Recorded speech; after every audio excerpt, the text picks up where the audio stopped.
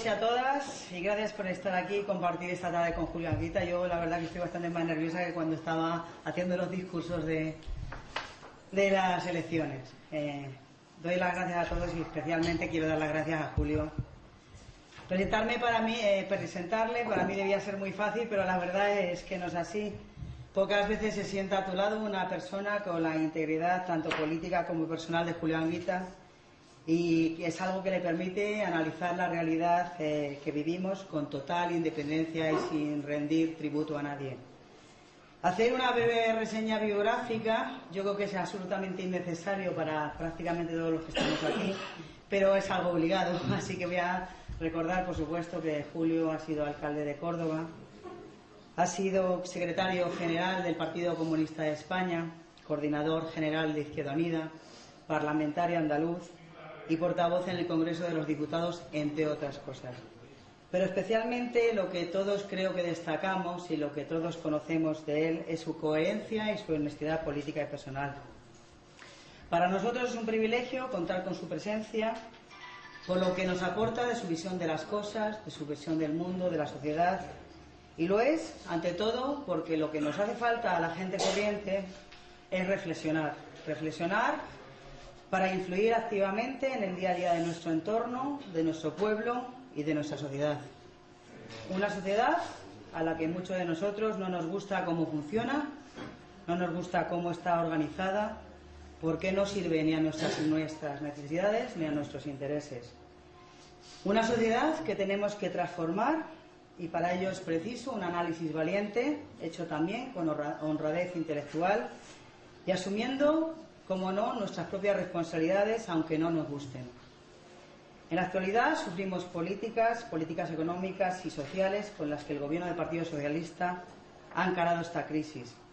Las medidas adoptadas se han alineado claramente en defensa de los intereses de los que detentan el poder económico, una política de defensa del neoliberalismo que no es ni más ni menos que la versión actual del capitalismo. Y en esta defensa se ha optado porque sean los trabajadores los que paguen las consecuencias de algo que no han contribuido a crear, con medidas como recortes salariales, retroceso en conquistas sociales y limitación de la democracia. Hoy está aquí Julio para aportarnos una visión clara y crítica de esta realidad. En estas últimas semanas, cientos de ciudadanos han tomado las calles reclamando reformas democráticas y un sistema económico más justo.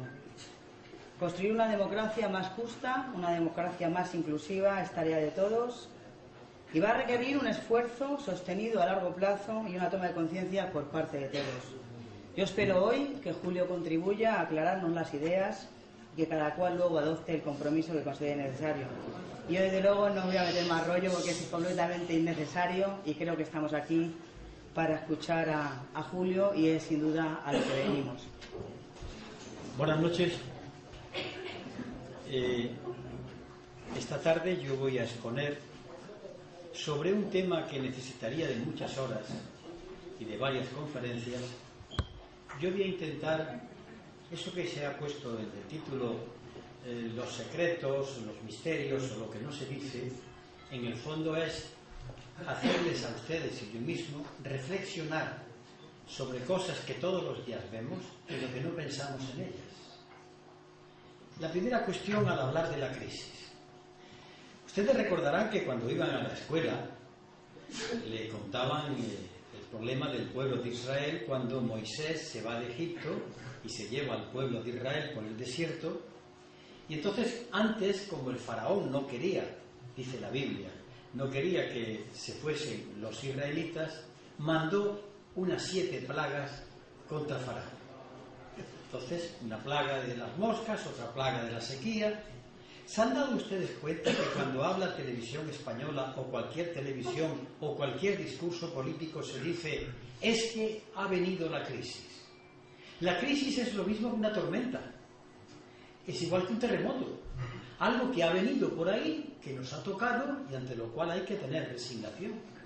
Pocas veces un locutor ha comentado, un ministro ha reflexionado ante nosotros sobre ¿y la crisis en qué consiste? ¿Y por qué ha ocurrido la crisis? ¿Hay responsables de que esto ocurra? Nunca se dice. Se presenta la crisis como algo que es inevitable, como si mañana el volcán Etna comenzase a echar lava. Por tanto, mi primera reflexión ante ustedes es intentar explicar que la crisis tiene unos responsables, que tiene una base, cómo nos afecta, de tal manera que cuando digamos los discursos sepamos realmente qué es lo que está pasando. Y entro en materia haciendo una primera reflexión. Si ahora mismo estuviésemos aquí en una mesa redonda, los grandes empresarios y banqueros de España, y yo mismo, en nombre, diría, del gobierno o de las centrales sindicales o de los trabajadores, le dijera: señores grandes empresarios. Cuando yo hablo de empresario, siempre hay una cosa en la gente. El pequeño comerciante, el pequeño tendero, el que tiene una pequeña fabriquita se considera llamado. Estoy hablando de los empresarios, ¿eh? Está claro para que me entiendan ustedes. Bien, es que a veces la pequeña y mediana empresa tiene unos aires de grandeza, como tiene la clase media, que se cree que es la clase superior. No, sepamos de qué estamos hablando. Pues imaginen que yo les digo: vamos a ver, señores grandes empresarios, banqueros, a partir de mañana ustedes ya pueden despedir libremente a todos sus trabajadores. Nada, a la calle. Sin más juicios, sin más compensación. A partir de mañana ustedes le podrán exigir a sus trabajadores que echen las horas extraordinarias que ustedes dispongan. Y a partir de mañana ustedes no pagan una gorda a la seguridad social. Pero tranquilos, que el mucho dinero que yo, gobierno, les doy en lo que se llama gasto fiscal, son bonificaciones, subvenciones, ayudas, se lo voy a triplicar. ¿Están ustedes satisfechos? Bueno, pues ahora díganme, por favor, ¿qué van ustedes a fabricar? ¿Qué fábricas van a poner? ¿Qué sectores de la producción van a desarrollar? Pues miren ustedes, dirían lo siguiente: no podemos contestar. ¿Por qué? Porque no se vende, no se ha generado la siguiente confianza, la gente no sabe dónde va a invertir.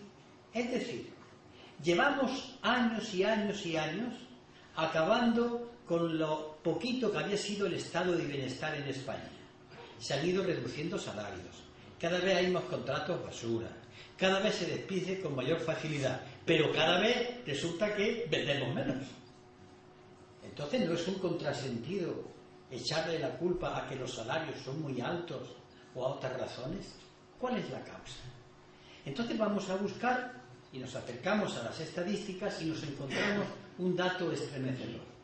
En España, tomando el sector del automóvil como media, solamente funciona un 70% del sector productivo. Es decir, las fábricas de automóviles españolas, que tienen muchos miles de trabajadores, producen al 70% de su capacidad productiva.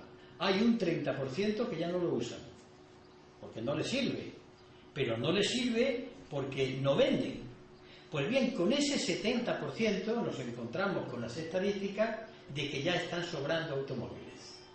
Pues bien, ustedes van, por ejemplo, a un supermercado y nos encontramos que hay problemas de paro, el pepino, lo otro, gente que está parada en el sector agrario.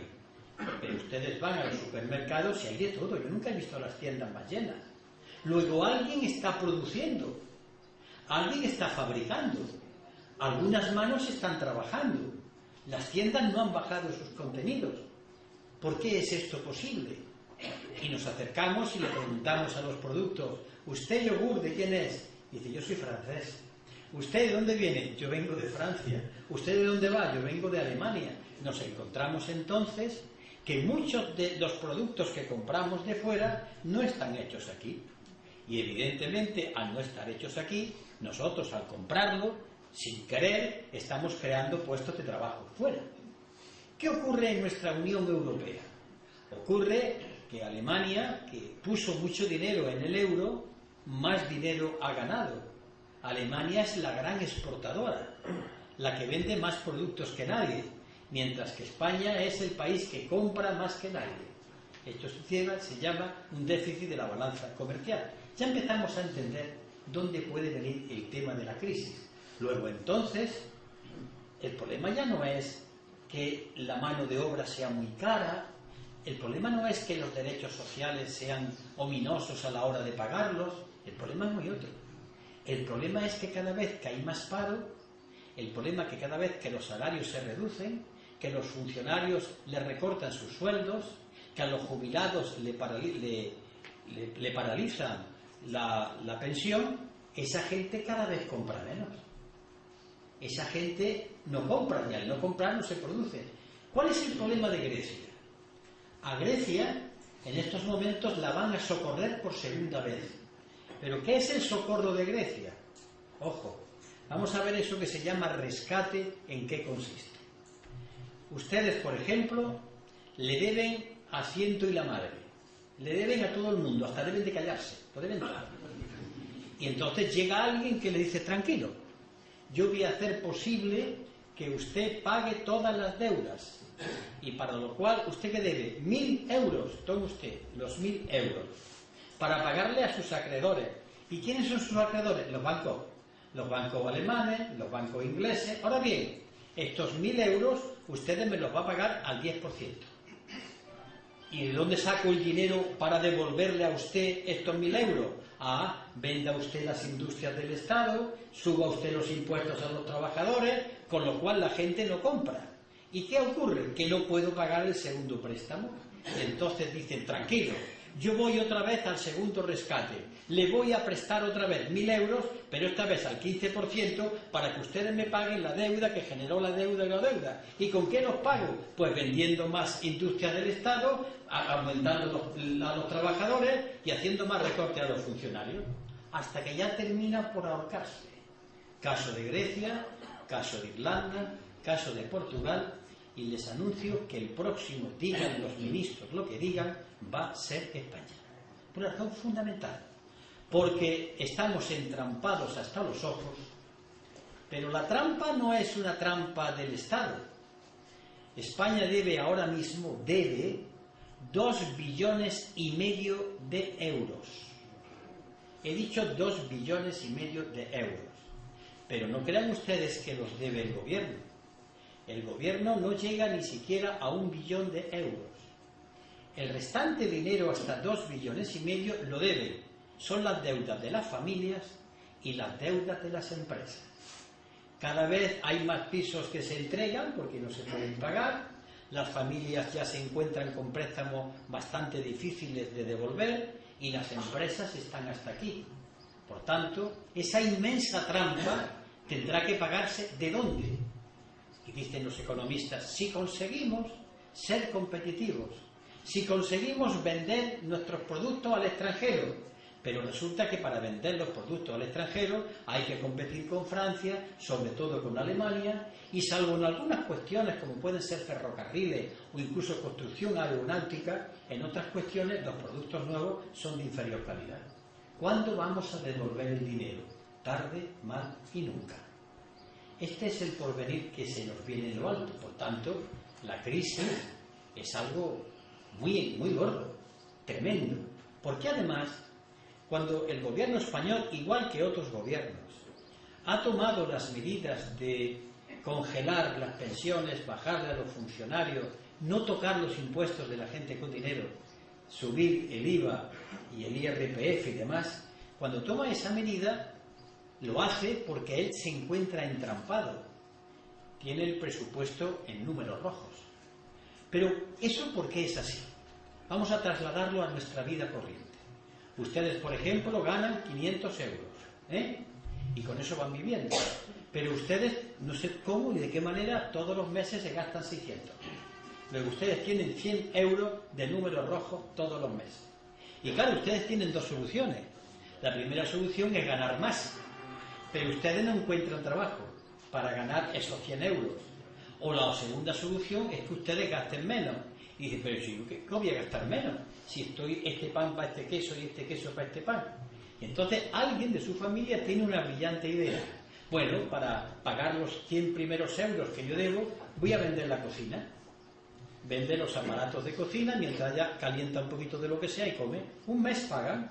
Al mes siguiente ustedes venden el dormitorio, al mes siguiente venden el comedor, y cuando a ustedes ya no le quede nada que vender, ustedes siguen debiendo 100 euros y ustedes ya no tienen que devolver. Esto está ocurriendo cuando los gobiernos venden las industrias del Estado para pagar el déficit. El déficit no se soluciona porque se siguen debiendo 100 euros. Se han quedado sin industria. Esto empezó con Felipe González, privatizando una banca española, privatizando las industrias españolas, y ahora con Rodríguez Zapatero, después de Aznar, vendiendo las loterías del Estado, vendiendo los aeropuertos nacionales y vendiéndolo todo para intentar que la trampa baje. Pero la trampa sigue estando hasta que acaben con todo. ¿Me van entendiendo? Otro camino es sacar dinero. ¿Y a quién le saco el dinero? Cuando un gobernante, un alcalde, se encuentra ante el problema del déficit, pues tiene delante de sí una serie de posibilidades que son las siguientes. Y dice, hay que subir los impuestos, ¿vale? ¿A quién? Primera cuestión importante, ¿a quién le subo los impuestos y qué impuestos subo? Vamos a ver, ¿le subo los impuestos a las grandes fortunas? Quieto ahí, ni hablar. Vale. ¿Le subo los impuestos a una cuestión que se llama las sociedades de inversión de crédito variable, SICAV, que son unas sociedades que se crean para que las fortunas que tienen bastante dinero puedan invertir y cotizan a Hacienda un 1% en vez del 18%, que tiene castaña la cosa? No, esto es intocable, no se le puede. ¿Puedo invertir o intervenir desde aquí, que hay medidas para intervenir desde España en los paraísos fiscales? Cuando ustedes hacen la declaración de Hacienda, hay un sitio muy curioso, está puesto ahí, que ustedes tienen que rellenarlo, porque dicen, ustedes pueden invertir en paraísos fiscales, no utilizan la expresión, en donde está el dinero opaco. Bueno, ni tocar esto. Entonces, ¿a quién le tengo que tocar? ¿A quién le toco? A quien tiene el salario seguro, los funcionarios. Y como los funcionarios no trabajan, se dice, pues a los funcionarios les recorto el salario. Y cuando hablamos de funcionarios, todo el mundo piensa en el hombre del manguito, de la oficina, en la policía, en los bomberos, en los médicos, en los profesores. Cuidado con la palabra funcionarios. Pero hay una parte de la población que se frota las manos de manera miserable porque le gusta la igualdad hacia abajo. Y en vez de pedir que todos vivan igual que los funcionarios, y los que vivan, prefieren que los funcionarios vivan tan mal como ellos. Es la moral del esclavo. Es la moral miserable del que prefiere estar en el barro que no con el otro hacia arriba. Otro día será pues que las pensiones las vamos a paralizar, las vamos a congelar. En Portugal no solamente han congelado las pensiones, sino que determinado número de pensiones por encima de 1.500 euros, esas las van a gravar nuevamente. Este es el panorama. Panorama que se ve en Irlanda, panorama que se va en Grecia, en Portugal, en España, que se apunta en Francia, no digamos en Italia. ¿Por qué? Porque el problema es el mismo y las medidas son las mismas, en beneficio de una minoría. Vamos entendiendo ya de qué va. Todo esto tiene un lenguaje que a la gente le gusta porque dice verdades obvias. Hombre, hay que ahorrar. ¿Quién no está de acuerdo en ahorrar? Hay que ser austeros. Hay que ser austeros. Hay que esperar que los años malos, pues tenemos todos que portarnos bien, y quien no se tiene que portar bien. Pero nadie dice, oye, ¿y por qué no empezamos por el señor Botín? ¿Por qué no empezamos por el señor González del Banco de Bilbao Vizcaya? Por ejemplo, una pequeña anécdota para que ustedes sepan en dónde estamos, que no nos engañemos. Hará de esto año y medio, esto que voy a contar está en un libro del catedrático de Estructura de Economía Aplicada, Juan Torres López, de la Universidad de Sevilla, en donde cuenta que hace un año y medio, cuando el señor Botín, presidente del Banco Santander, tiene que justificar dónde han ido a parar una serie de dinero que no le ha pagado a la Hacienda, el inspector de Hacienda y el abogado del Estado comienzan a hurgar y se encuentran con unas listas justificativas de por qué no paga, porque habla de unos préstamos que se le ha dado a personas, hasta que comprueba que esas personas llevan fallecidas años. Luego ha falsificado documento público. Resulta que cuando el abogado del Estado le mete mano al caballero, entonces le pide 170 años por estafa al erario público. Pues en ese momento en que el funcionario en cuestión, el abogado del Estado, comienza el proceso, al incoar el proceso, doña María Teresa Fernández de la Vega, vicepresidenta de Gobierno, lo llama y le dice, mire usted, señor abogado del Estado, yo como representante del Gobierno y por tanto que administro el Estado ahora, le digo que el Gobierno, que yo vicepresido, no se siente estafado.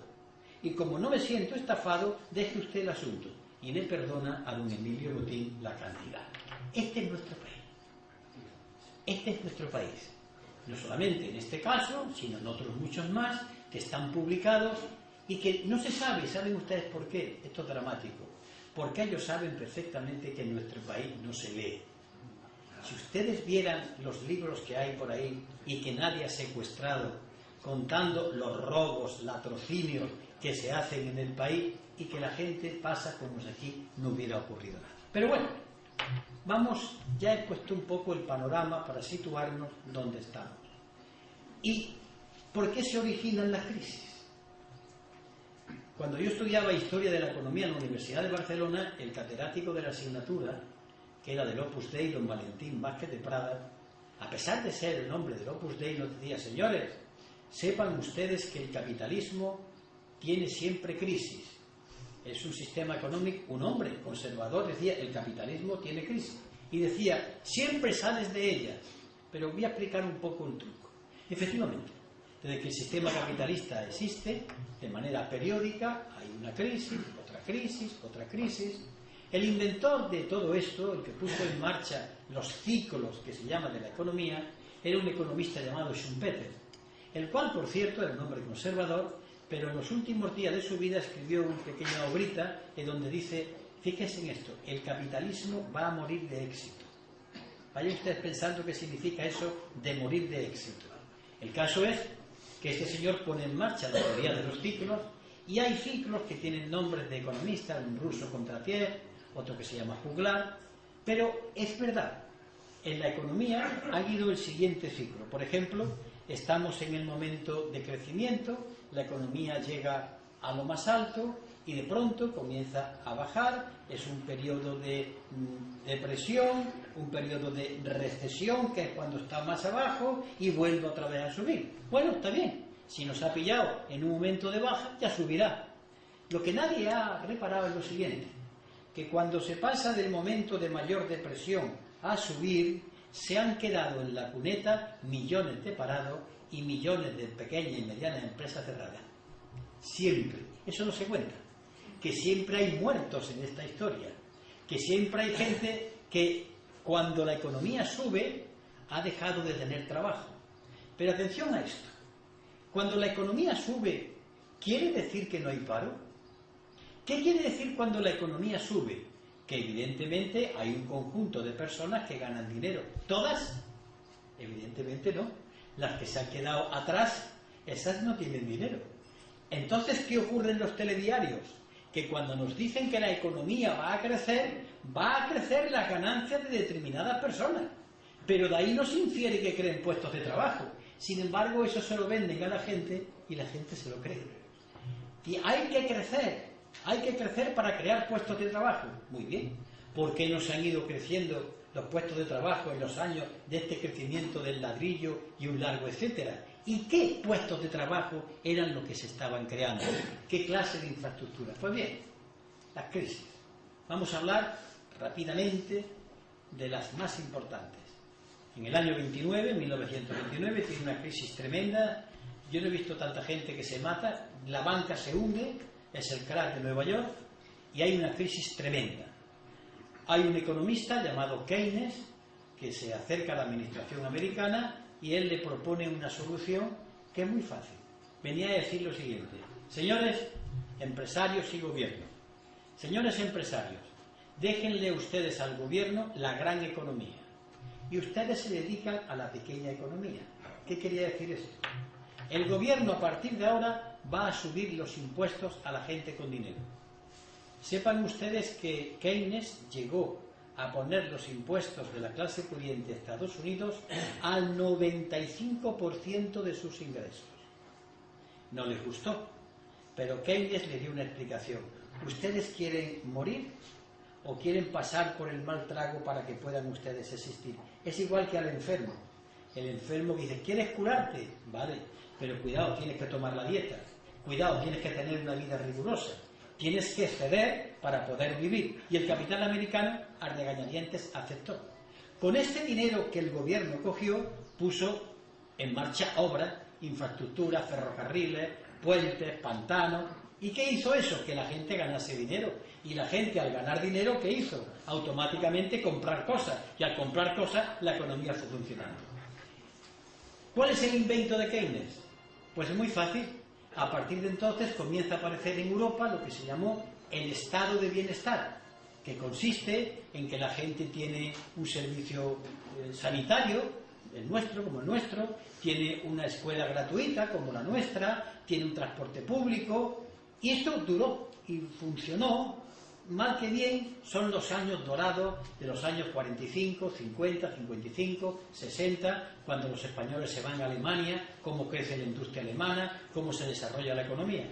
Pero aparece de pronto un fenómeno extraño.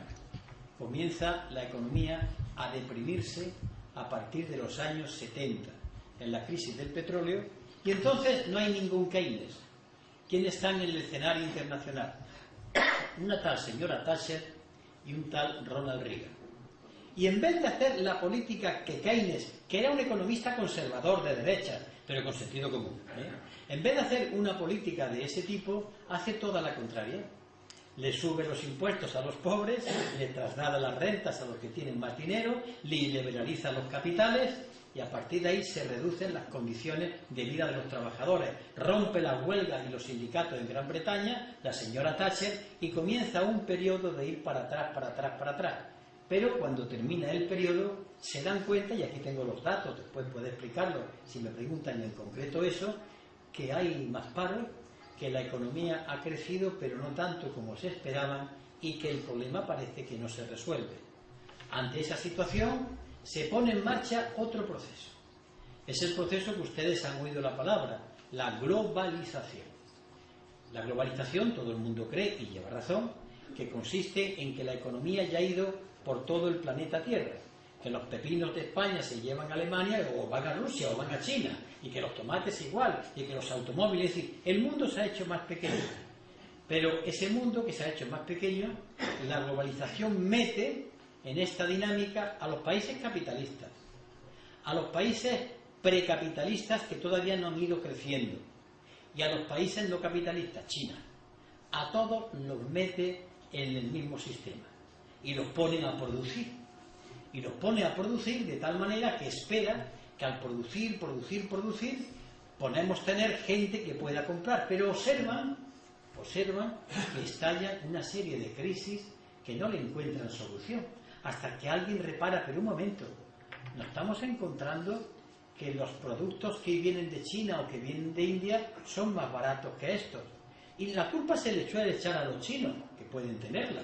Los chinos lo que están haciendo es vender más barato que el sistema capitalista, que es la idea del sistema capitalista que han llevado allí. Pero lo que nadie cuenta es que en China están las empresas americanas y las empresas españolas. Por ejemplo, Roca, la que hace los sanitarios, tiene empresas en China. Y vienen de China, porque se fabrican allí, pero las empresas son españolas. Es decir, nos encontramos un fenómeno curioso. Hasta hace entonces poco tiempo, los países productores de la industria eran los países de la OCDE. Era Occidente, Estados Unidos, Canadá y unos cuantos países sueltos. Pero ahora no. Nos encontramos a la India, a Brasil, a Rusia, por supuesto a China, a Indonesia. ¿Y qué ocurre? Que se produce, pero no hay quien compre.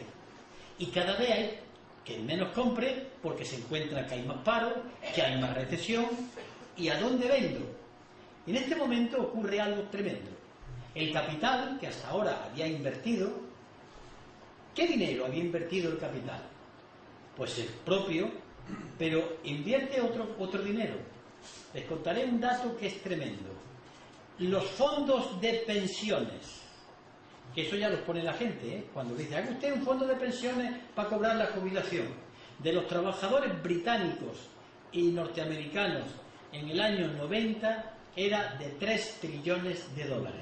Digo bien, 3 trillones de dólares. Es decir, el capital coge el dinero de la gente, aparte del suyo, para invertirlo.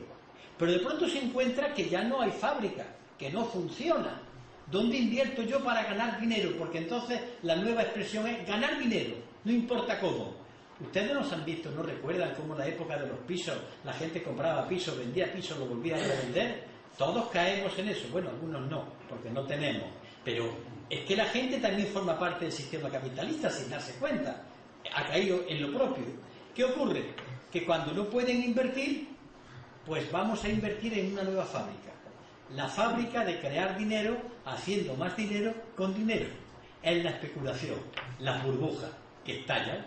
Al fondo de todo no hay nada más, nada, sino dinero que crea dinero, ese dinero crea dinero, pero lo que se ha fabricado, que es la auténtica riqueza, continúa estando estancada.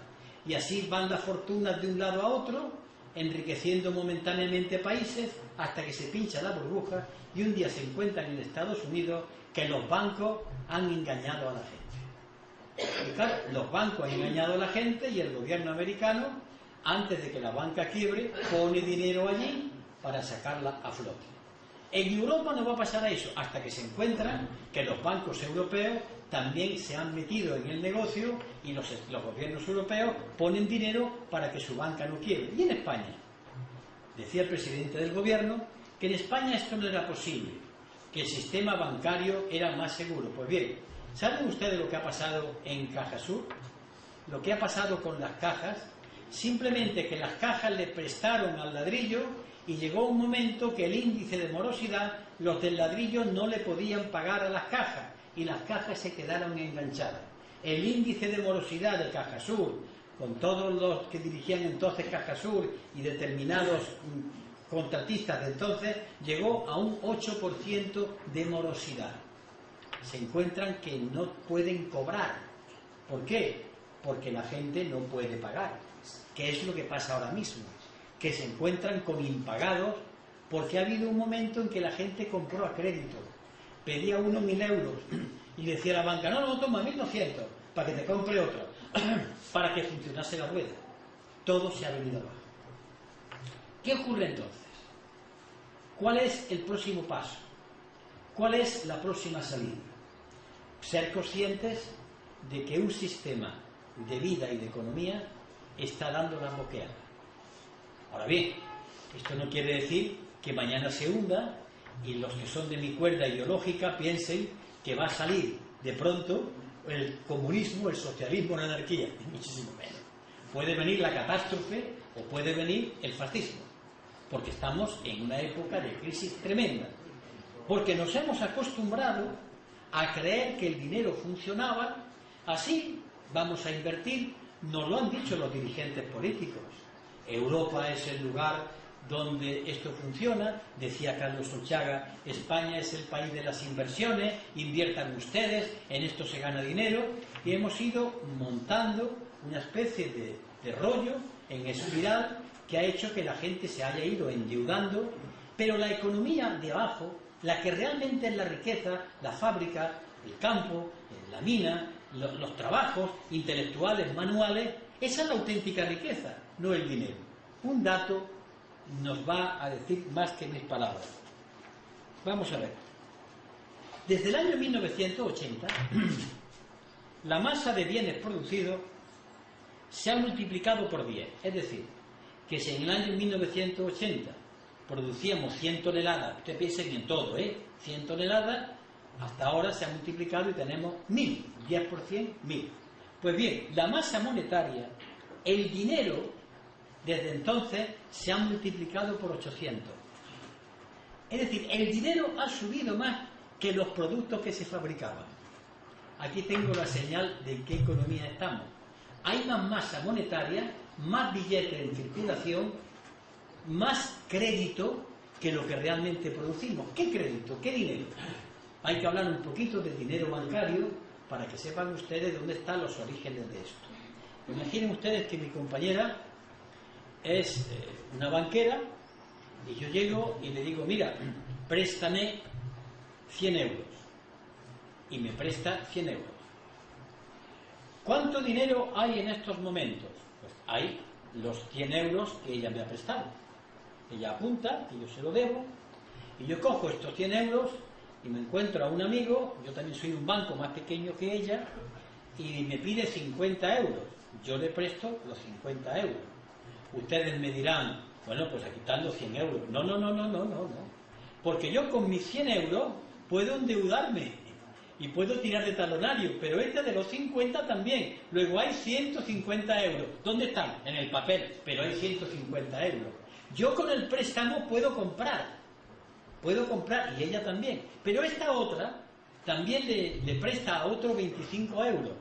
¿Cuántos euros hay? 100 más 50 más 25, 175 euros funcionando y solamente 100 euros en papel. Este es el dinero bancario. Esto estaba prohibidísimo en la Edad Media y en otras épocas de la historia, porque decían, mire usted, las monedas son las que hay, pero no, como se vende a crédito, todo es fiarse de, y las cantidades aparecen, se apuntan. Por ejemplo, cuando Estados Unidos ha querido echarle una mano a su banca, pues a continuación, es muy curioso lo de la banca de Estados Unidos, esto no lo dice la televisión. De la misma manera que el Banco de España es del gobierno, del Estado que administra el gobierno, en Estados Unidos la Reserva Federal de Estados Unidos es privada. Es de la familia Rockefeller, Rothschild y unos cuantos. Y le presta al gobierno. El gobierno le dice, necesito 1.000 millones de dólares. Y automáticamente la Reserva Federal apunta que el gobierno tiene permiso para gastar 1.000 millones de dólares. Y apunta. Y el gobierno gasta. Esto no quiere decir que el gobierno se haya puesto a imprimir billetes, no, que le da una especie de... Y con eso es como si ustedes le dan un papel, un pagaré, tiene derecho a 1.000 pesetas. Ustedes se van a la tienda de Baena, porque ustedes se fían del pagaré, del que lo ha firmado. No hay un duro, todo es un apunte. Y funciona con apunte. No se ve el dinero, pero el apunte sí. De tal manera que, por ejemplo, la FED, la Reserva Federal de Estados Unidos, que es el Banco de Estados Unidos, en estos momentos tiene trincado al gobierno estadounidense por la cantidad de 3 trillones de dólares también. Claro, Estados Unidos puede hacerlo hasta que se ahorque, porque Estados Unidos tiene una cosa muy importante, que es su moneda. Hasta 1944, en una convención en la que estuvo Keynes, celebrada se llama el Acuerdo de Bretton Woods, se acordó una cosa muy importante para la economía mundial. Se dijo, a partir de este acuerdo, el oro es una cosa importante, todos respondemos con oro, pero el dólar también. De tal manera que una onza de oro Troy, que son 31 gramos y pico, vale 35 dólares. Es decir, que ustedes van a cualquier parte del mundo con una onza de oro y ustedes saben que llevan 35 dólares. Pero en el año 1971 el presidente Nixon, ante la petición del general Charles de Gaulle de que le diesen dólares por el oro, por los dólares que tenía, anuló esta cuestión y dijo, a partir de ahora ni oro ni leches. A partir de ahora la moneda es el papel dólar. Y por tanto el gobierno de Estados Unidos le da a la maquinita y puede responder y hacer billetes sin que haya oro que lo respalde. Pero cuando eso ocurre, lo que está haciendo Estados Unidos es volcar su deuda a los demás, porque los demás compran y venden en dólares. ¿Y quién hace los dólares? Estados Unidos, que no tiene que darle cuenta a nadie. Claro, pero esto es una soga que ahorca a los demás, pero que uno también puede ser ahorcado en ella. Hoy se encuentra el gobierno americano, está a punto, en muchos aspectos, de una suspensión de pago. Cerca, muy cerca, aunque tiene un potencial industrial, y sobre todo Estados Unidos tiene una base económica muy importante. Se llama la Sexta Flota Americana, se llama su ejército, que suple, por la fuerza de sus armas, aquellas cosas de economía que no consigue, porque es una economía en recesión frente a lo que ha sido la economía de Japón, la economía de Alemania, la economía china, la economía emergente todavía de India y otros aspectos. Bien, si nos damos cuenta, esta crisis es de difícil solución, porque hasta ahora estábamos acostumbrados a lo que he dicho antes, al círculo, a recesión, auge, crecimiento, recesión, aunque se quedaba gente parada y se cerraban industrias, bueno, pero íbamos saliendo. Pero ahora pasan los años. ¿Saben ustedes que la crisis empezó en el año 2007, no? Ya venía de antes, pero empezó a notarse. ¿Han oído ustedes al gobierno decir, hasta el año 12 el paro va a seguir funcionando? Y dicen, digan usted el 15. No encuentran salida. Y es normal. Pero claro, al no encontrar salida es porque ya no saben qué hacer con el sistema. Lo que ocurre es que desde otras ideas no hay la alternativa preparada, porque todavía seguimos pensando con las ideas clásicas. Un ejemplo: los sindicatos, hasta ayer o hasta hoy, siempre han tenido una idea muy clara. Yo tengo que ir a la huelga. La lucha obrera consistía en participar en la tarta. Hay una tarta en que el capital participa y los trabajadores pelean por coger una parte cada vez mayor, normal. Esto está dentro de lo que se llama la lucha de clase. Pero bueno, lo que ocurre, y si la tarta ya no existe, y si la tarta ya no vale, ¿qué va a repartirse? Es decir, el problema es que ya no vale, crezca usted gobierno de manera indefinida, a crecer, dice el gobierno. ¿Y qué hago? Más pisos, están sobrando. ¿Qué hago? Más pepino. Mirad lo que está pasando en Alemania. ¿Qué produzco? Más hoteles. Ustedes que hay muchos hoteles. ¿Qué produzco? Más automóviles si no se compran. Ven ustedes dónde está el problema. Y este problema hay que explicárselo a la población. Y hay que explicarlo, decir que se necesita un cambio de mentalidad y un cambio en la justicia social. Que mañana empiecen a pagar los que mantienen sus impuestos, que se persiga el fraude fiscal y que se le diga a la población que los tiempos de las vacas gordas se han acabado por mucho tiempo, casi para decir para siempre jamás. Se han acabado. ¿Y por qué razones se han acabado? Por algo que está ocurriendo en el mundo. Junto a esta crisis, que yo estoy describiendo muy por encima, hay un fenómeno inquietante para el sistema, para mí no. Es que de pronto se calcula que de aquí a 15 años va a aparecer una masa de unos 800.000 millones de personas. El planeta tiene ahora 7.000 millones de personas. Van a aparecer unos 800.000 millones de personas con una capacidad de compra de lo que se llama clase media. Es decir, se considera clase media, según estos estudios, aquellas personas que ganan al año entre 25.000 y 30.000 dólares. La persona que gana al año eso se considera clase media, que ya en determinados países tiene un nivel de compra, pueden comprar muchas cosas. ¿Saben ustedes lo que son 8.000 millones de personas que quieren consumir, que quieren comprar, que quieren vivir como en Occidente y que reclaman? Tenemos que pensar entonces que hay que pensar en cómo se redistribuye la riqueza del país. ¿Ustedes se imaginan si los chinos dicen que quieren tener 2 coches como muchas casas en España, no sé cuántos televisores, y quién le dice que no tienen derecho? ¿Qué es el problema? Luego, tenemos que pensar que tenemos una crisis. Esto se llama la crisis del crecimiento económico. ¿Por qué? El sistema capitalista ha ido funcionando en la medida en que metió en la cabeza de la gente que hay momentos en que la gente ha conocido con el sistema capitalista que vivía mejor. Yo no niego, como dice un sindicalista alemán que era rojo, que el sistema capitalista es el mejor para producir las cosas que a veces no se necesitan. Pero bueno, ha vivido de 3 ideas que nos ha metido a todos hasta aquí. Una, el mercado, la economía libre.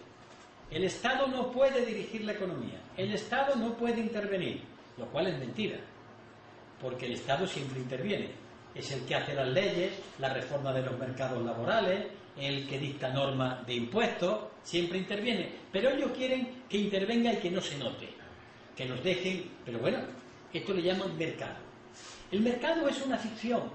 El mercado es como algo que se coloca ahí al cual le echamos las culpas. Yo diría es como un santelulico, que me cure el santo.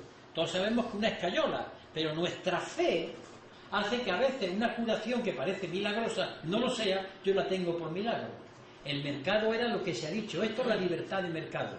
Cuando Zapatero dice no tengo más remedio que subir los impuestos porque los mercados me han exigido que para poder yo invertir o sacar más deuda tengo que subir los impuestos. Entonces todos los jefes de gobierno recurren al santirulico, al dios mercado.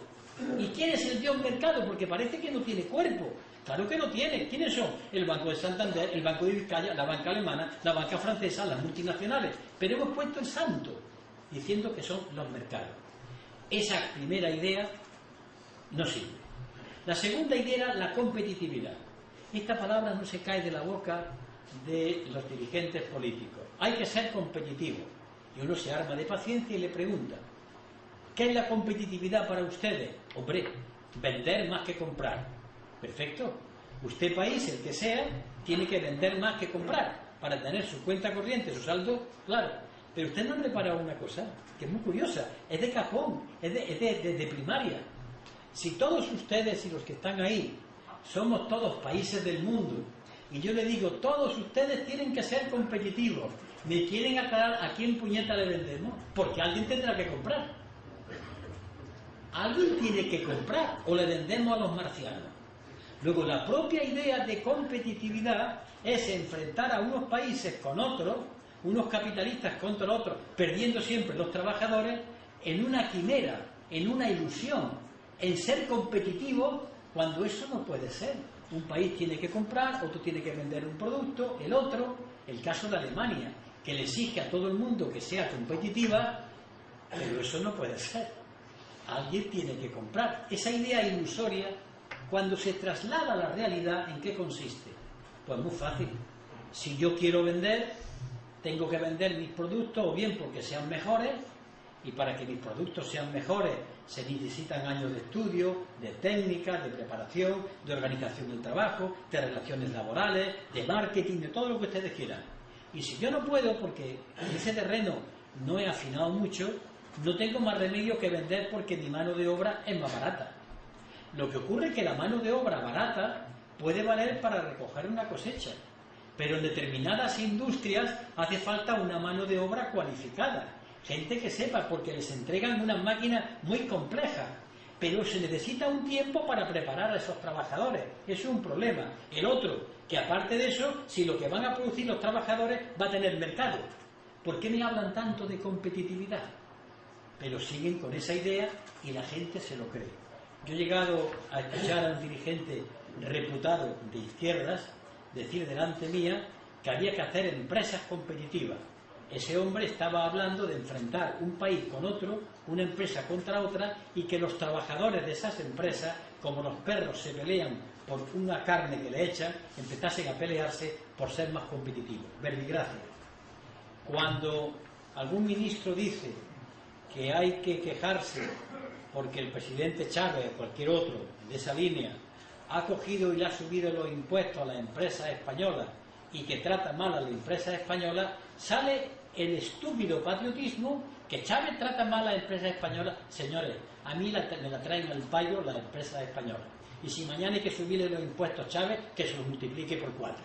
Pero nos consideramos enseguida que como son españolas, tienen derecho a explotar a los venezolanos. Y hay que decir, oye usted, yo para eso no soy español.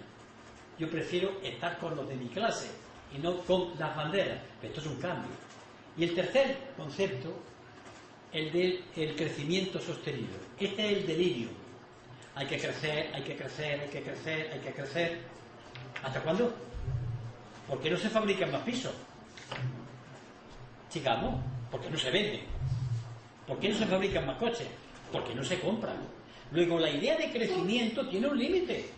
Pero aparte de eso, no solamente el límite que pone la naturaleza. Yo no puedo soportar más carbono en la atmósfera, ni más agua contaminada, ni más procesos fabriles. No puedo. Alguna vez tendré que parar. Pero es que la vida occidental es consumir, consumir. Pues usted párese porque no se puede. El planeta está limitado. Pero siguen hablando de crecimiento sostenido. Ahora bien, ¿cómo? A mí siempre me ha interesado mucho, he sido alcalde y he tenido que recibir muchas visitas que venían a solucionar el problema del paro en Córdoba. Ah, el papá es usted. Y siempre era lo mismo. Queremos licencia para poder construir. ¿Dónde? Pues a mí me han llegado a ofrecer construir nada menos que en el convento de capuchinos, que tiene una huerta deliciosa en medio de Córdoba, o como aquel que pretendía construir en el Parque del Retiro de Madrid. Claro, ¿cuál es la idea que prenden las poblaciones? Alcaldes que montan inmensos campos de golf que se tragan toda el agua del mundo, que no crean nada más que 4 o 5 puestos de trabajo, y la población sí, que se hagan campos de golf porque crean puestos de trabajo. Y con la cosa de que crea puestos de trabajo, que no se crean ni muchísimo menos, más de 4 o 5, las poblaciones van cayendo, desertizando su campo, agrediendo el medio ambiente, montando industrias extrañísimas, que cuando terminan levantan el tenderete y se van. Y los alcaldes incautos caen como tontillos una y otra vez. ¿Por qué? Porque la población parada, yo lo entiendo, dice que quiere tener puestos de trabajo, pero no ha parado a pensar qué puestos de trabajo, si son fijos, qué remuneración tiene, qué tejido productivo. Por tanto, el mercado, la competitividad y el crecimiento sostenido son 3 conceptos que no pueden sostenerse. ¿Y por qué? Estoy afrontando el final. Porque, aparte de que ya no sirven, no solamente hay una crisis económica, hay otra todavía mayor y de más profundidad. Yo le llamo, y sobre ella hago 1 o 2 conferencias, fíjese meterla aquí, se llama la crisis de civilización. Esta ya es mortal. Junto a la crisis del petróleo, la crisis del medio ambiente, la crisis medioambiental, esta misma, la crisis de los alimentos. ¿Saben ustedes que hay países a los que se le ha obligado a sembrar determinadas materias, las multinacionales, acabando con su propia agricultura, o obligándoles a que compren las semillas que pone, por ejemplo, la empresa Monsanto o americana, y que quiten los cultivos que le han permitido comer hace mucho tiempo? Así han impuesto un tipo de agricultura con semillas especiales, con lo cual hay momentos de hambre en el mundo. Pues todas estas crisis en Occidente llegan al momento cumbre. Carlos Marx, y tengo aquí la expresión y no la voy a leer, en el Manifiesto Comunista, él, como hombre del siglo XIX, cree que la civilización occidental era la mejor que había. Llama bárbaras a las naciones que él llama atrasadas. Sin embargo, ¿en qué se basa la civilización occidental? La civilización occidental es entendido como Europa, Norteamérica, Canadá, algunos países que descuellan, lo que ha sido siempre el capitalismo, ¿no? ¿Cuáles son las características? Tiene 2. ¿En qué se ha basado el capitalismo? En 2 pilares. Primero, la industria. El capitalismo industrial comienza a existir en el siglo XVIII en Gran Bretaña con la máquina de vapor, después aparece la electricidad, comienza después la robótica, la fibra de vidrio, es decir, la empresa, el sector que da origen al nacimiento del proletariado. Es decir, Occidente, es decir, fábrica, es desarrollo capitalista. Pero otro pilar era el siguiente: en Occidente surge la democracia representativa, es decir, los parlamentos, los conceptos de los derechos humanos, la democracia, que la gente vota, elige sus gobernantes. Eso es un concepto de Occidente. Y durante un tiempo ha ido con las 2 banderas: el desarrollo industrial, el sistema democrático, con muchas comillas, pero democrático representativo. A veces han chocado, pero ha llegado un momento en que el primero, con su crisis, se está comiendo al otro. Cuando Rodríguez Zapatero dice yo tengo que obedecer a los mercados, Rodríguez Zapatero olvida que a quien tiene que obedecer es a los que lo han votado. Pero se pierde. Y entonces las decisiones ya no se toman por los gobiernos. Las decisiones las toman formalmente unos ministros que se reúnen en Europa, pero por lo alto están las cuentas de los bancos. Esto es lo que hay que hacer. Y entonces la soberanía popular que los ha elegido se encuentra traicionada. Pero es más, los parlamentos que elegimos para que legislen ya se callan, ya no legislan sobre economía, ya no intervienen, eso lo dejan ya para Bruselas. ¿Y en qué queda la política? En meterse uno con otro 4 años o cada 4 años para sacar el acta. Pero ya la política no interviene en la economía. ¿Por qué? Porque la política no puede acercarse a la economía. Y aquí me quiero parar. Ese es el mayor disparate, yo diría, el mayor crimen que se dice y nadie quiere atajar. La política significa las decisiones que toman los colectivos. Que funcione la cosa muy mal, de acuerdo, pero la política es las decisiones de los seres humanos. Un banquero no puede decidir frente a los intereses de la mayoría. ¿Quién decide por nosotros? Bien o mal, a las personas que hemos elegido. En el momento que las personas que elegimos obedezcan a quien nadie ha elegido, en ese momento la democracia ha muerto, y está muerta. Hagan ustedes conmigo, o después en su casa, un ejercicio. Cójase la Constitución española. No van a leer nada más que 2 títulos. El título preliminar y el título séptimo. Léanlo despacito. Los españoles tienen derecho a... Se van ustedes a morir de risa o de llanto. No sirve para nada. Cuando dice el artículo 47 que todo español tiene derecho a vivienda, pues yo ahora hago una propuesta que estoy haciendo por ahí.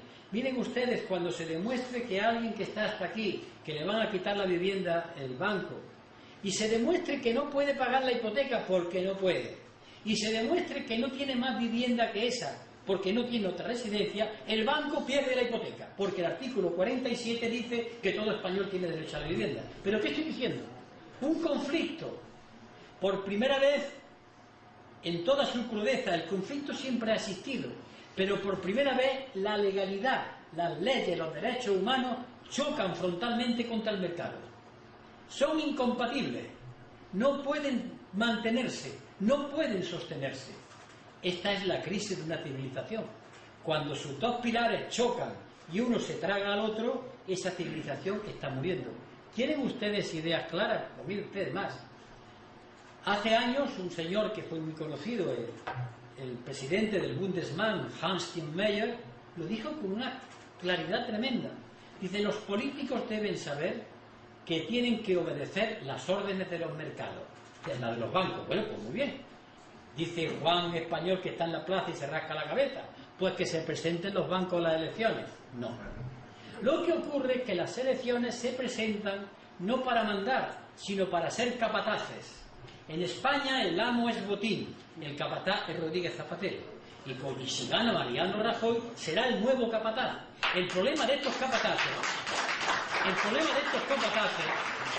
es que en su discurso le hacen creer a la gente que cambiando de partido gobernante y no cambiando el modelo van a conseguir más cosas. Es el truco de los prestidigitadores, de los ilusionistas. Y si no, díganme. Vamos a la realidad española. Año que gobierna don Felipe González. ¿Quién empezó a privatizar y a vender las industrias del Estado? El señor González Márquez. ¿Quién hizo las primeras reformas del mercado laboral? El señor González Márquez. ¿Quién continuó la faena? El señor Aznar López. ¿Quién la ha continuado después? El señor Rodríguez Zapatero. Y por tanto, los españoles a la hora de votar la derecha, la izquierda, caen, y perdónenme cariñosamente, caen a veces como tontillos. Porque igual que los niños cuando van a ver los cristovitas, ¿saben lo que es los cristovitas que se dicen en Córdoba? Está el bueno y el malo.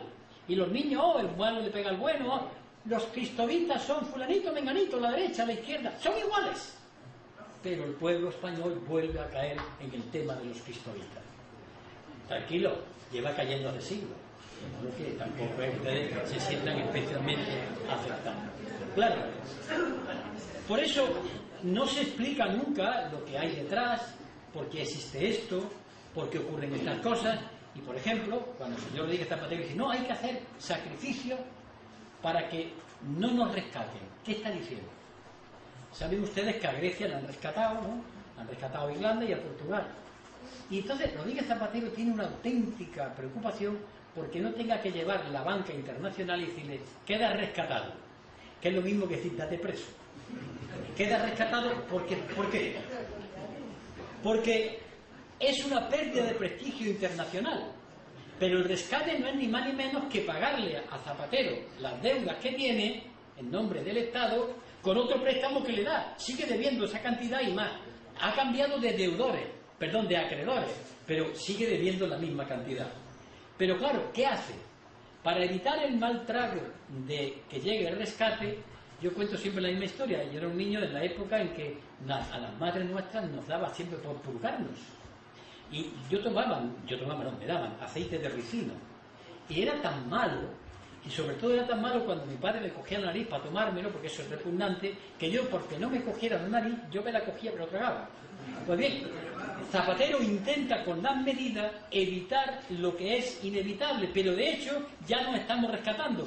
Es el autorrescate. Nos estamos poniendo una serie de medidas antes de que nos las pongan los demás, pero al final es lo mismo. Bien, ante esto, ¿qué hay que hacer? Yo confieso que esto es difícil, pero para empezar, lo primero que tienen que tener los ciudadanos es la idea clara. Y ya estaré ahí. La idea clara. La idea es clara y sobre todo dos conceptos que yo repito una y otra vez, soy muy cansado, soy muy cansino. Es la vieja técnica del maestro escuela repitiendo lo mismo, pero cuando alguien o la mayoría de la sociedad diga, miren ustedes, la economía es una ciencia, de acuerdo, pero una ciencia que no decide nunca. Quien decide es la sociedad y los poderes públicos que la representan democráticamente. Y por tanto la economía tiene dos señores a los que tiene que obedecer. Primero, al desarrollo y la posibilidad de la vida en el planeta, la biosfera. Crecer económicamente mientras nos cargamos el planeta, ni hablar. Lo digan todos los economistas del mundo, porque nos cargamos la vida. Y la segunda, la economía tiene que estar a las órdenes de los derechos de los seres humanos, los derechos humanos. Es decir, la economía tiene que estar al servicio de que haya vivienda, al servicio de que haya puestos de trabajo, al servicio de los derechos humanos, no los derechos humanos al servicio de la economía. Pero hasta ahora lo han vendido al revés. ¿Y cómo se asume? La economía tiene que crecer para crear puestos de trabajo. ¿Dónde? Vamos a ver, en el sector del automóvil. Están cerrando secciones enteras. ¿Qué le ha pasado andando con la SEA y con la Renault? ¿Dónde? ¿En la construcción? ¿Dónde va a crecer? Más pisos. Si hay montones abandonados, venga, ¿qué vamos a producir? ¿Dónde entonces pueden estar los sectores de futuro? Estoy pensando con decenios por delante. Y hay tres líneas de puestos de trabajo, hablando del reparto de la hora de trabajo y otras cosas que nos vienen al cuento. Primer eje, lo que podríamos llamar sanidad y bienestar social. Médicos, ATS, practicantes, cuidadores sociales, asistentes sociales, esos son puestos de trabajo necesarios para que los mayores, los chicos vivan mejor. Ese es un puesto de futuro, que nunca se agota. Dos, lo que podríamos llamar educación, que no es solamente los institutos, la escuela y la universidad, sino la cultura. Hacen falta mucha gente para eso. Y tres, el medio ambiente. Desde quitar hierbas en los campos para que no haya incendios, desde rescatar acuíferos, desde la repoblación forestal, desde crear filtros verdes, de ir regenerando la basura que se tira y reciclando. Todo eso es una inmensa cantidad de puestos de trabajo de futuro. Y evidentemente el sector primario, la agricultura, la industria, pero ya la industria no puede absorber esa mano de obra y con otros parámetros de tiempo de trabajo. Esto es una revolución. Pero yo cuando pregunto, dígame usted algo que no sea esto, no me contesta. Es que no hay respuesta. Hemos llegado al límite de un crecimiento, no de todo, en que el planeta ya no puede seguir. Ellos lo saben. Por eso Schumpeter dijo esa frase, el capitalismo morirá de éxito. Ha llegado a todas las partes y ya no puede, a no ser que vaya a la Luna, que vaya a Marte, a crear más desigualdades. Por tanto, el problema es gordo, el problema es grave. Y solamente nosotros, aparte de estas ideas que yo estoy dando, solamente para poder pararlo, tenemos que recuperar la posibilidad de pensar por nuestra cuenta. Miren ustedes, esos que yo llamo cariñosamente chalados, que están en las plazas de España, que a lo mejor pueden crear problemas a la gente, son de una educación tremenda, de un respeto tremendo, esos ya han empezado a hacer sonar la campanilla, por una razón. Forman parte de las generaciones que no tienen porvenir. Díganme ustedes cuál es el porvenir de sus hijos, porque yo tengo uno parado y otra que no sé qué será cuando termine de estudiar. ¿Y ustedes? ¿Dónde está la salida de los puestos de trabajo? Venga, ¿dónde está? ¿Qué ocurre? Que hay un porcentaje hoy de chavales jóvenes que viven con el padre. Como hay muchos barrios de Córdoba y de Sevilla y de Madrid en donde la familia vive de la modesta pensión del abuelito, que están viviendo del jubilado mucha gente, pero esa esperanza de vivir hasta que se mueran, los que van manteniendo, ¿qué hay después? ¿Qué pensión van a percibir si encima se tienen que jubilar a los 67 años tras haber cotizado 38? ¿Pero dónde está el trabajo que le permita cotizar 38 años? Pero todo esto que es elemental, que es sencillo, que no hace falta estudiar, no se enfrentan a ello. Mañana ya creceremos, ya vendremos. Bueno, o esto se para, y se para haciendo que la gente piense y que reconsidere cuáles son las formas de vida, y que llegue un momento que se tire a la calle.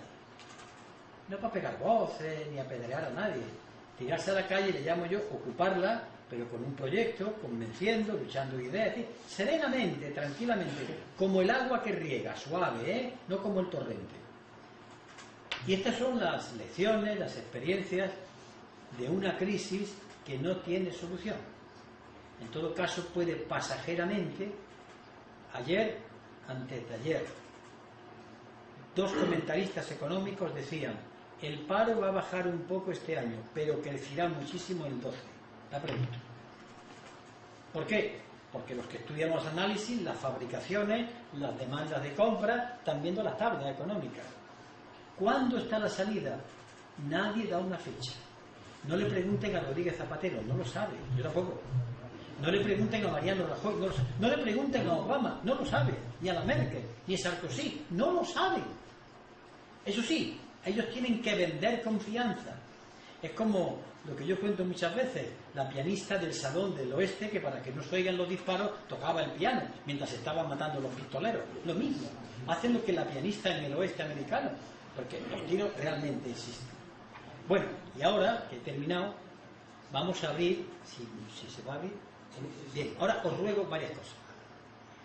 La primera es que, si os parece, yo cada 3 preguntas voy a contestar. Pero yo ruego que las preguntas sean concretas. Permitidme que haga una broma. El conferenciante soy yo, no me deis conferencia. Y yo contesto. Eso, una. Y que sean claras, y si yo sé contesto, si no. Y otra, cuando termine mi exposición, yo os agradecería que no me vengáis en masa a saludar, porque acabo agotado. Dejadme tranquilito y yo lo agradezco. Empezamos.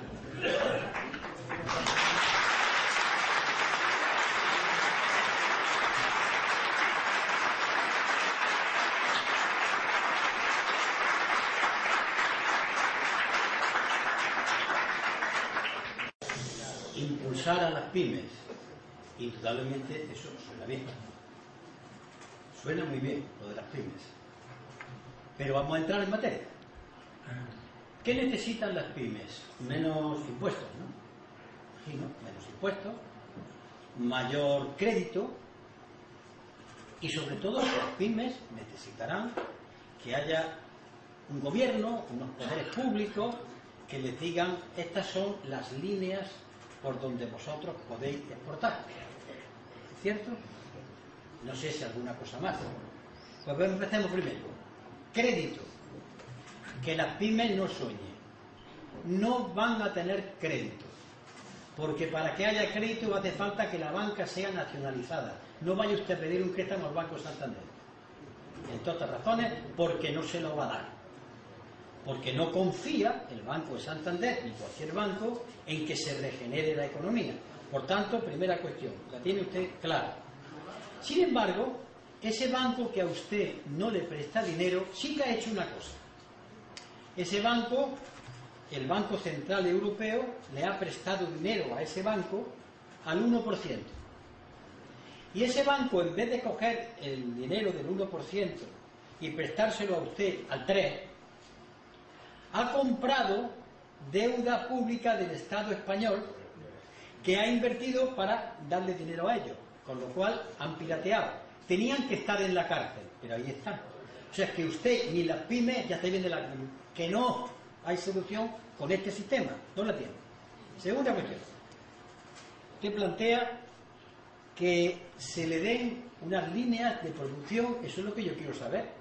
Yo he empezado con mi ejemplo. ¿Saben ustedes, pymes, no sé si es usted, las pymes en general, cuál es el horizonte que tienen en la producción? Vamos a ver, carpintería, fabricación de cosas domésticas, ¿dónde están? Porque eso es lo que es una pyme. Y también sé el dato, que están en el 95% de los puestos de trabajo, lo sé. Pero quiero decir yo, ¿a ustedes quién les dice? ¿Hay alguien que les diga ¿Tenéis garantizada la salida? Eso, no la tienen, claro. ¿Qué le dicen a usted? Espérense ustedes que haya confianza. De pronto llegue aquí algo, bien. Y la tercera cuestión, he hablado del crédito, he hablado de esto y otra cosa. ¿A ustedes necesitan que el Estado le ayude subvencionando? ¿Necesitan subvenciones? Bien. Supongo que las subvenciones serán para que ustedes pongan en marcha proyectos. Bien. Esos proyectos tienen que constatarse con el mercado. Y el mercado está de una competencia tremenda, ¿verdad? Bueno, pues, ustedes mismos.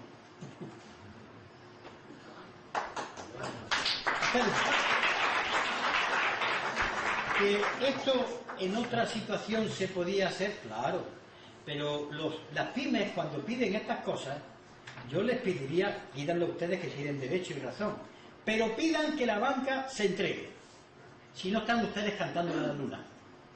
Pidan que los gobiernos intervengan, si no ustedes lo que hacen es quejarse. Pidan que, y digan, ¿y qué van a poner ustedes? ¿Cuáles son las condiciones laborales con sus trabajadores? Todo esto, evidentemente. Hablen ustedes de esto que se llama ahora la productividad. La productividad, que es, como usted sabe, la capacidad de producir por unidad de tiempo más productos, no depende solamente de que el trabajador trabaje más, de las relaciones laborales, de la maquinaria, de las cuestiones técnicas, muy bien. De la calidad laboral. Efectivamente, justamente, eso sabe mejor que yo. Bueno, pues yo estoy dispuesto, si yo fuese gobierno, vamos a discutir. Pero usted me tenía que pedir, oiga usted, coja usted la banca y diga que me preste. Y vamos a ver ahora dónde están los mercados. Y a lo mejor hay que decirle al pueblo español, yo sé que esto para los europeístas de salón me van a excomulgar. Señores, compren productos españoles. Ahora dirán, no, esto es intervencionismo, esto es que nos tenemos que defender ante lo que hay. Y entonces yo le pido a las pymes que si firman eso, vamos para adelante y las relaciones laborales con su gente. Ahora bien, ¿de dónde saca el dinero? Dos cosas. Vamos a hablar de el salario de una persona. Le voy a contestar a usted, pero tengo que sentar las bases. Toda persona, todo trabajador que trabaja, porque hay algunos que no trabajan porque están en paro, recibe 3 salarios. Lo que pasa es que se cree que recibe solo uno. El del sobre, eso se llama salario directo. Después hay otro salario que recibe y que no lo tiene como tal, el indirecto. El instituto de sus niños, el hospital, las medicinas, la cultura, el centro cívico del ayuntamiento, yo qué sé. Todo aquello que le sirve para que su vida sea mejor. Pero recibe otro salario, además, son 3. El salario diferido, la pensión. ¿Cuál es el sueño imposible? Que un trabajador cobre una magnífica paga, tremenda, que además tenga una enseñanza de calidad buenísima, una salud extraordinaria, una cultura extraordinaria, que no pague impuestos. Esto es imposible. Entonces vamos al grano.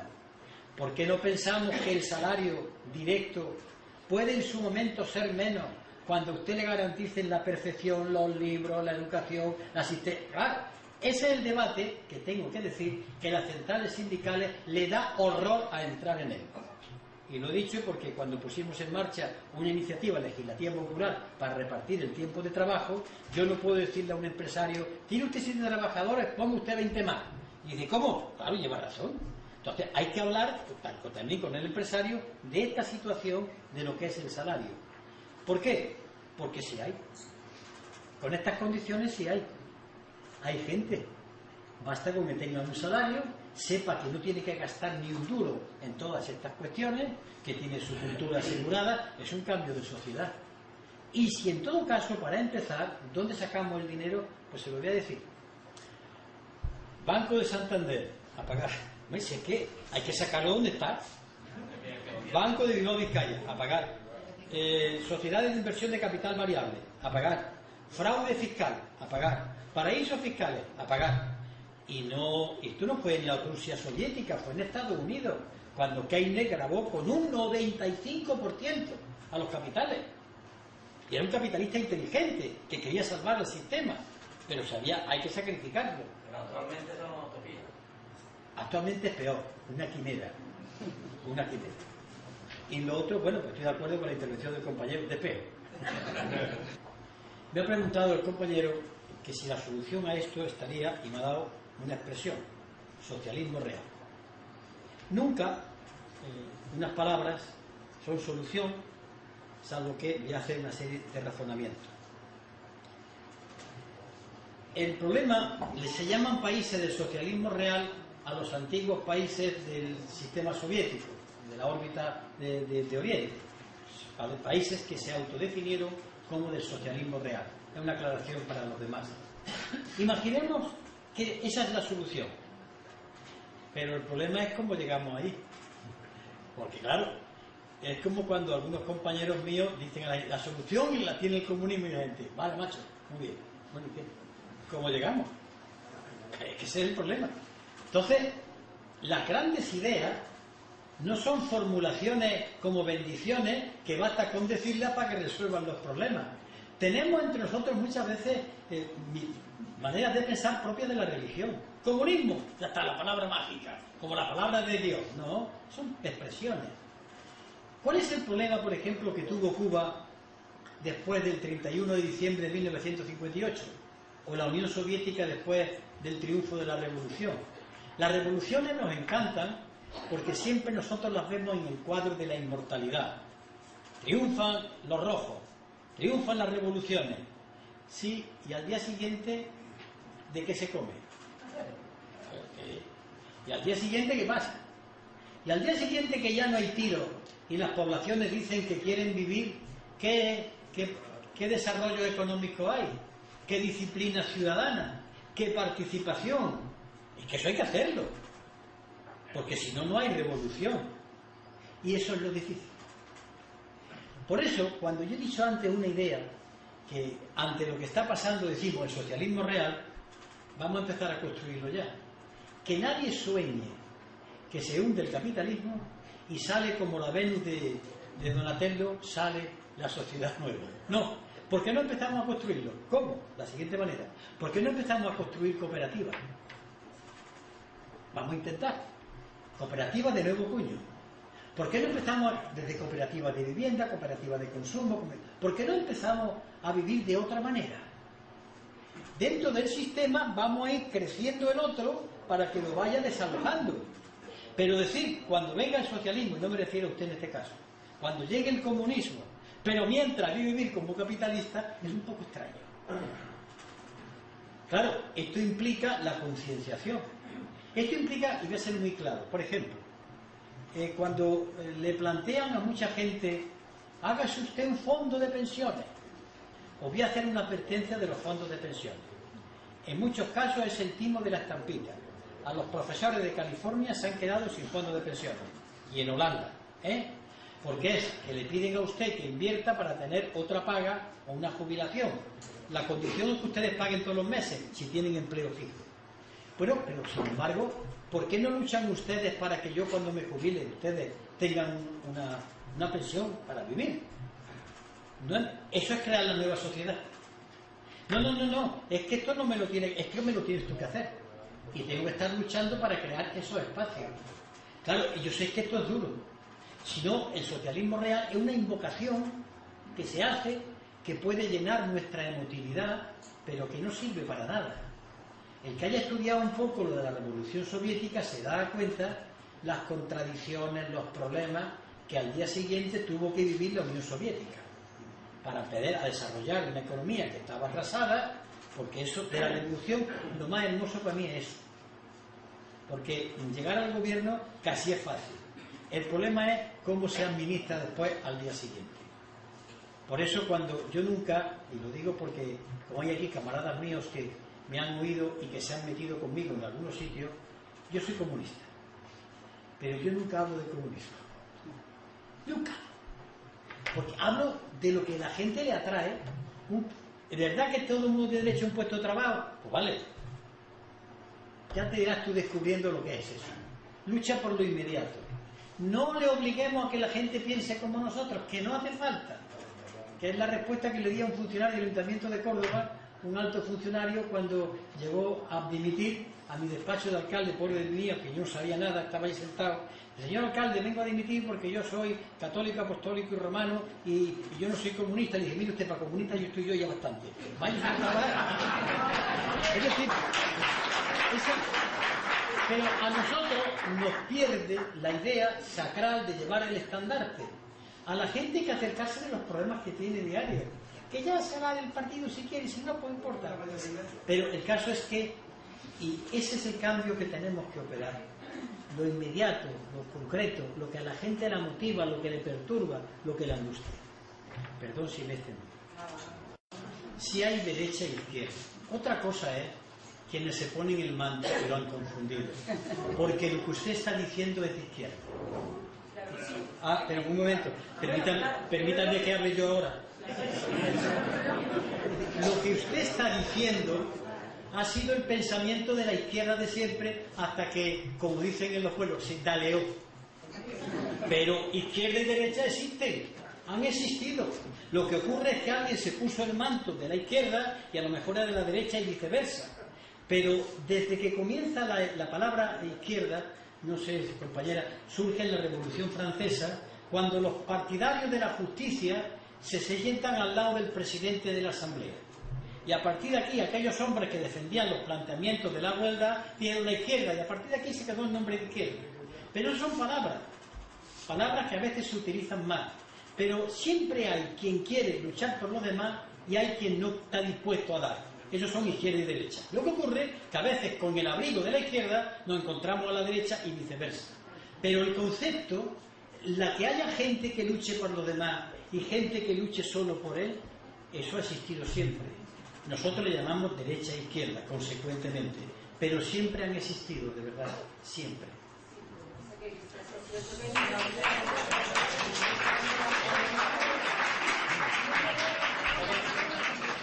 Yo quisiera hacer una pregunta, Julio, sobre también una cosa que yo creo que tenemos que ver aquí, es la corrupción que hay en los partidos políticos. Creemos que estamos viendo todos los días los medios de comunicación, un poco en todos los sitios, todavía sale un político, y eso también creo que influye mucho. ¿Podría opinar? La corrupción es la segunda naturaleza de los españoles. La primera es ser humano, animales unos y racionales otros, pero la segunda es, porque es un problema que me encanta. Yo soy durísimo con los corrompidos de la política y con los empresarios corruptos también, y con los banqueros corruptos también, y con los que maltrabajan y engañan en su trabajo, y con los que no pagan un puñetero impuesto y viven de los demás. Este ha sido un país de ladrones. Y sé lo que estoy diciendo. Pero bien querido y bien visto por la población, que es lo que me preocupa. Este es el país que eleva y vota a los sinvergüenzas. Y el votante que vuelve a votar a un ladrón, ¿no es también un corrupto?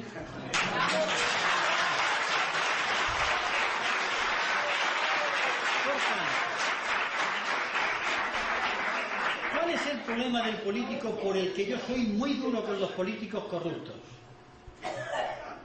Porque el político es de su pueblo, de su sociedad, no son de otra raza aparte. Tienen los fallos que tiene su pueblo. Un pueblo, usted lo oye en las tabernas, hace bien en robar, yo haría lo mismo. Ese es tan ladrón como el otro, lo que pasa es que peor, no puede. Un momento. Ahora bien, cuando un hombre o una mujer llegan a ser elegidos y este está hecho del mismo barro, tiene entonces, por mor de esa elección, que cambiar y combatir la corrupción. Esa es la responsabilidad. Vamos, yo he llegado a escribir artículos que en caso de un político corrupto, para mí el ser político debía ser un agravante. Pero en una situación que al primer comerciante, al primer banquero, lo trincan y vayan al tren a robar. ¿Cómo es posible que Botín y la señora vicepresidenta Teresa de la Vega, lo que he contado, estén en la cárcel? ¿Cómo es posible que los Albertos, los maridos de las Popovi, estén en la cárcel después de haber sido condenados? ¿Cómo es posible que tanto sinvergüenza esté por ahí? ¿Y cómo es posible que la gente lo vote? ¿Qué ha pasado en el País Valenciano? Entonces, ¿qué quiero decir? Que luchar contra la corrupción es algo tan importante que hay que quitar a los políticos corruptos y a los que los sobornan y a los valores que hacen posible la corrupción. El fullero en el trabajo es un corrupto pequeñito y la corrupción grande se mantiene, como dice el pasaje bíblico, ya mucho de la Biblia, no soy creyente, pero cuando dice que estaba el rico opulón comiendo manjares y el pobre Lázaro allí cogía las miguitas. Pues hay corruptos pequeñitos que sostienen la corrupción grande. Son como los perros que defienden al amo. Yo en eso de la corrupción es que me parece que hay que ir a muerte. Pero eso sí, no colocando solamente al corrupto político, que también a los demás. O vayamos a que los que entregan los sobres se salgan de rositas. Vayamos a que los que se benefician de ciertas cosas, y no quiero poner ejemplos municipales en esta provincia, pues sean elegidos y diga la gente qué bien ha robado, qué bien lo ha hecho. ¿Usted se recuerda a Gil, el fenómeno Gil en Marbella? ¿Ustedes recuerdan otros casos que han pasado en España, cómo la gente después ha ido a votar? Bueno, pues eso es corrupción. Así que duro con los políticos corruptos, pero ojo, que nos quedemos solo con los políticos corruptos, porque entonces hemos hecho la operación a media. Toda corrupción, a la trena.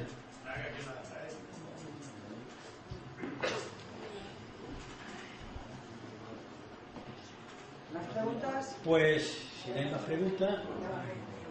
Sí. Una reflexión sobre los chavales que están acampados. ¿Los qué? Con la gente que está acampada en Madrid y todas las capitales de España. Una pequeña reflexión tuya. No, yo he escrito una cosa que ha salido en internet, un artículo que me lo han tergiversado. Voy a denunciar públicamente a una señora que escribe llamada Rosa Montero, que en todo caso falsifica las cosas. El artículo se llama Son los nuestros, pero yo no digo no porque me pertenezca, sino porque yo soy de ella. Pues esta señora de conocida tradición pro-PSOE y anticomunista visceral, y que dice que sabe juntar letras, pues al tergiversarme, yo digo que son los míos, porque yo estoy de acuerdo con sus planteamientos, aunque tengo que decir que sus formas de organizarse tienen que aprender mucho, pero son gente joven que de pronto ha dicho lo que mucha gente mayor no ha dicho, y lo han dicho claro, y que tienen un tramo largo por recorrer, y que hay que trabajar con ellos, respetando su independencia, ayudando, explicando cosas que a lo mejor no saben, recibiendo también de ellos lecciones que... Yo tengo una entrevista dentro de poco y yo he visto una cosa muy curiosa, lo que están pidiendo, y ahora me dirijo a los compañeros y compañeras de Izquierda Unida. Muchas de las peticiones que los chicos estos, y mayores que hay, que están haciendo en las plazas. El otro día se le enseñó a mi mujer el documento y se quedó de piedra. En el año 1998 le ofrezco yo, en nombre de Izquierda Unida, a Joaquín Almunia y a Borrell, le ofrezco un acuerdo en torno a 11 puntos que se desglosaban en puntos. Todos estaban ahí ya, en el año 98. Tengo el documento. ¿Qué ha ocurrido? Pues voy a ser crítico con nosotros mismos. Aquello se aprobó, llegaron a la sede de Izquierda Unida y los guardaron en la estantería, donde están perfectamente cuidando polvo. O sea, que esto que estos chicos han descubierto no es para ponernos las medallas. Quiero decir que son ideas tan claras, tan cercanas, que son evidentes. Cuando ellos dicen que hay que acabar con la impunidad parlamentaria, no con la inmunidad, ya se escribió, que hay que cambiar con la ley electoral, que cuando hay que decir que hay un código ético del cargo público, si ya se escribió.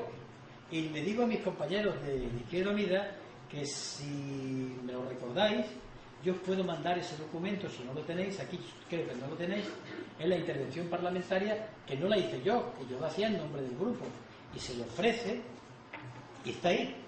Vienen todas, y cuando lo leáis, dice, ¿pero esto qué es? Y es del año 98. A veces Izquierda Unida olvidó eso. Son papeles, cosas de público. Digo, no, cosas de un grupo parlamentario. Pero bueno.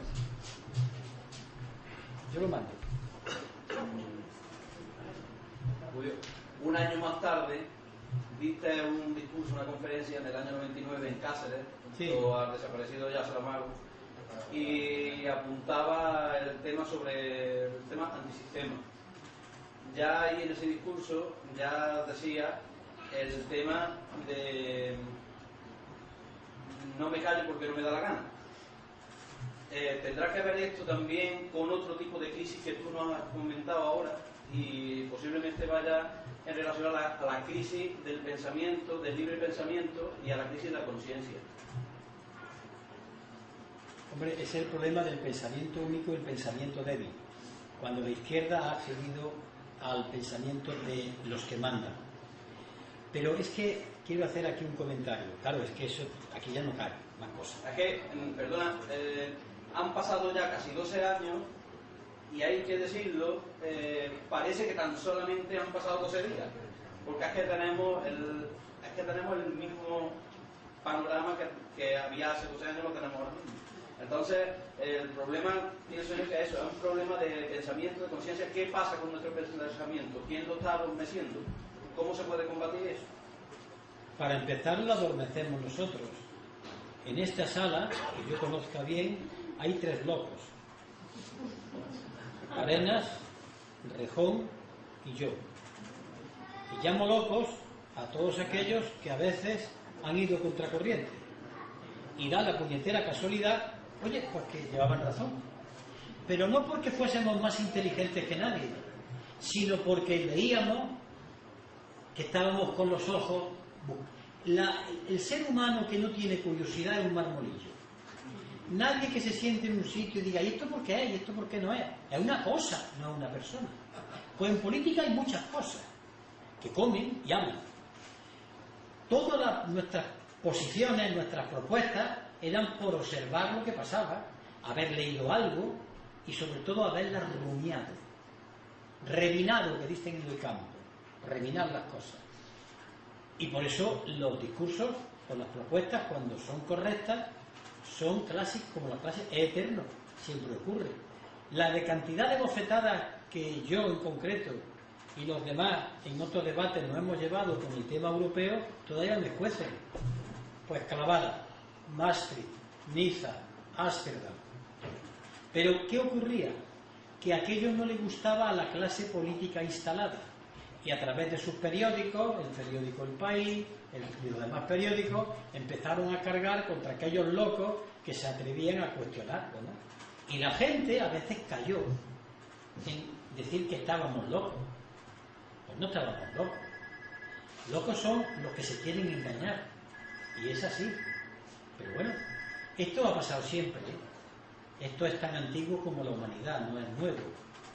Lo lamentable es que uno consume su vida, consume energías, crea problemas en su entorno por estas cosas que nos dedicamos, y se consigue tan poco. En todo caso, algunas veces la satisfacción de decir, bueno, por lo menos nos han dado la razón, pero eso es muy poco para el desgaste energético que hemos tenido, ¿no? Y por eso hablo de esos dos, ¿no?, que saben de lo que estoy hablando.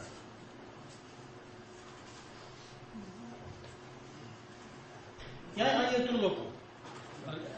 Acá que está ahí, Julián Montes. No digo que los demás de izquierda no lo sean. Estoy hablando de mis locos más conocidos. Con los que estaba. Acá que está aquí otro más. Y aquí está todo.